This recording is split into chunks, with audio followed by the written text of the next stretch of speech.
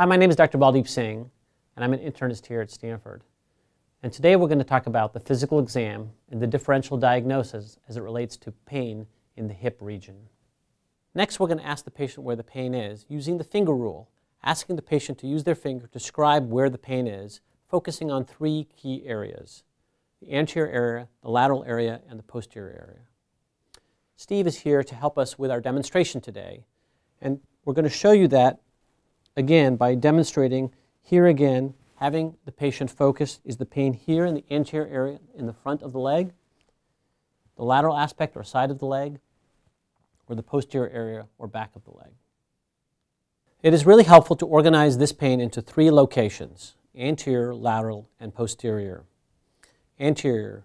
True anterior hip pain suggests pain within the hip joint. This includes many diagnoses such as osteoarthritis, neck fracture, acute or septic arthritis, femoral acetabular syndrome, and avascular necrosis.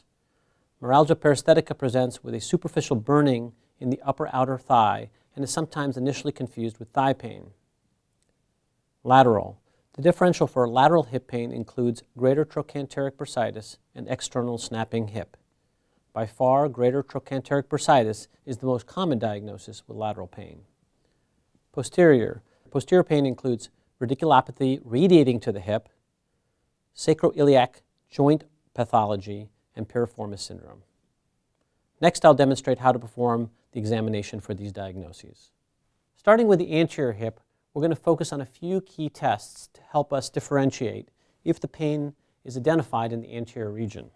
Starting with the log rolling test. The log rolling test is quite helpful if we suspect a hip fracture, whereby if the patient is recumbent in the bed, we can move the leg or roll the leg like a log back and forth, trying to elicit pain at the hip area.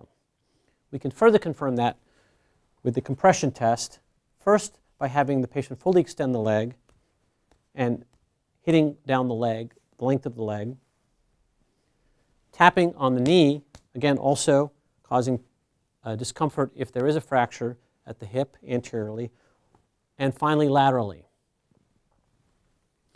If that is all negative and we're convinced that there is no hip fracture, then we will proceed with range of motion, whereby we put the patient's leg in full extension here, where we're going to, at a 45-degree angle, externally and internally rotate the leg to about 45 degrees. If we see severe limitation, that is very suggestive of pathology within the joint itself, such as seen in osteoarthritis.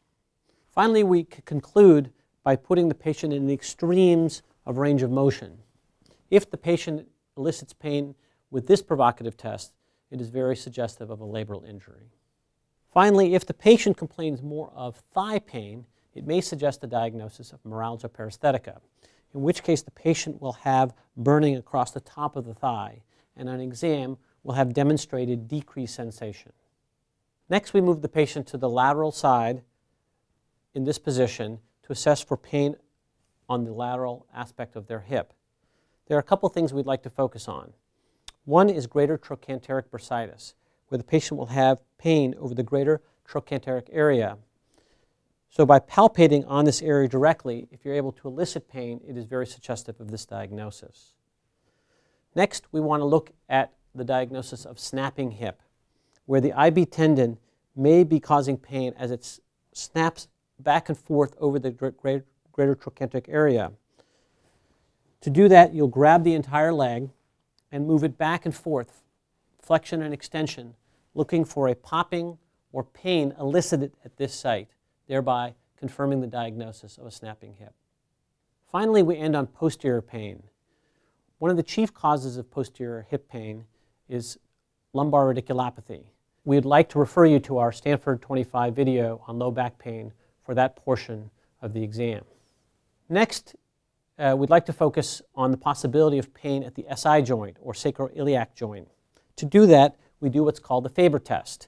Faber actually stands for flexion, abduction, and external rotation.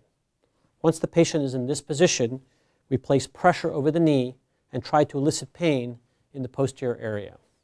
Finally, we'd like to focus on another diagnosis, which is piriformis syndrome.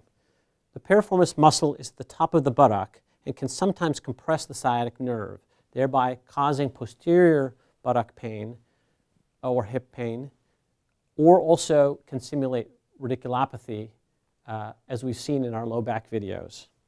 To elicit this, we will try to do two provocative tests to help us. One is we can fully flex the leg all the way up to about 90 degrees. At that point, if the piriformis is fully activated, it may cause symptoms in the buttock area.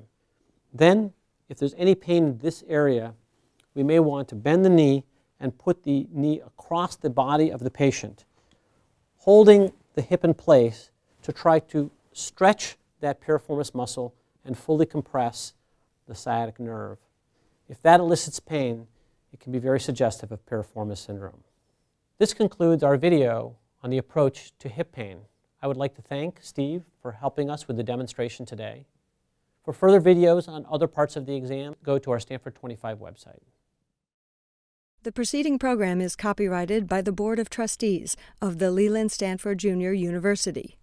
Please visit us at med.stanford.edu.